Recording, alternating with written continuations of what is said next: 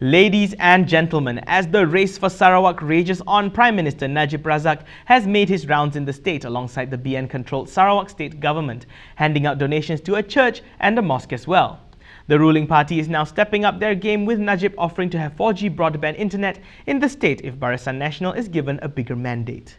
Now, come to think of it, that may be a good idea. According to DAP's candidate-designate for the constituency of Pakan, Rinda Julia Alexander, there is no fixed line service and the cellular reception in the township is pretty crap.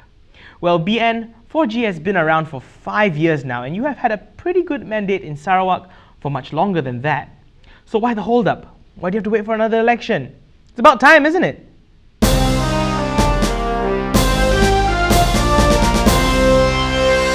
Najib's high-speed internet promise is in line with the Pan-Borneo Highway project, among other operations to bring Sarawak up to par with the peninsula.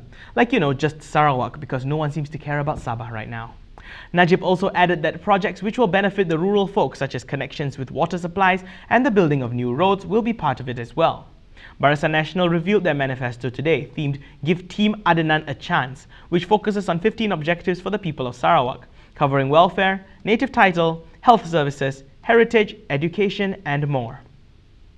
Yesterday's tussle that saw Pakatan Harapan components DAP and PKR engaging in a skirmish which resulted in 6 multi-cornered fights in the upcoming Sarawak election has had some development, with DAP coming forward with an offer this morning to settle the score.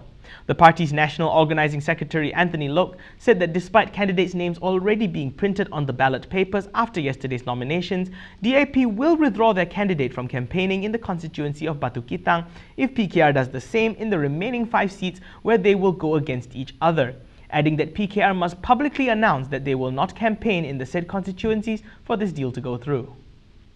Sarawak Chief Minister Adenan Satem's secret state list is still being enforced as expected, with DAP lawmaker Gobind Singh Dio being the latest to be barred from entering the state.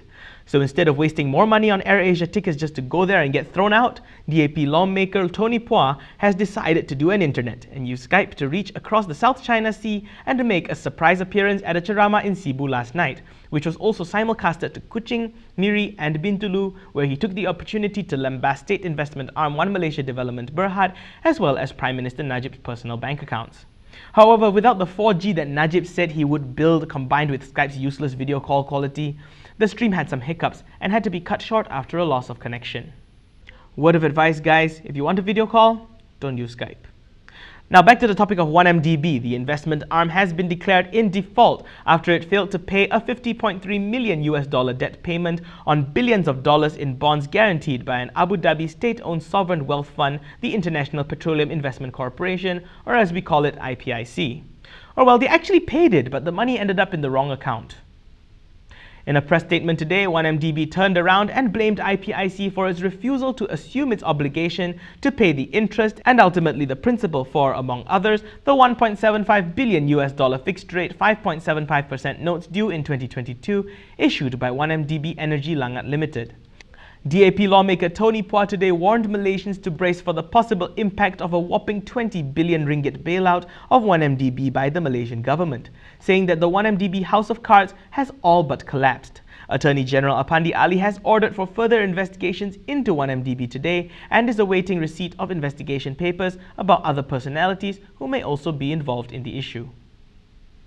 With that, we wrap up the fact sheet. Tell you what, let's help PKR out. Should they take up DAP's offer to stand down in Batu Kitang if they withdraw from the other seats? Or is 1 for 5 not a fair deal? Let's discuss in the comments. Also, don't forget to hit like and subscribe as well. I'm Daniel Anthony. Thanks for watching.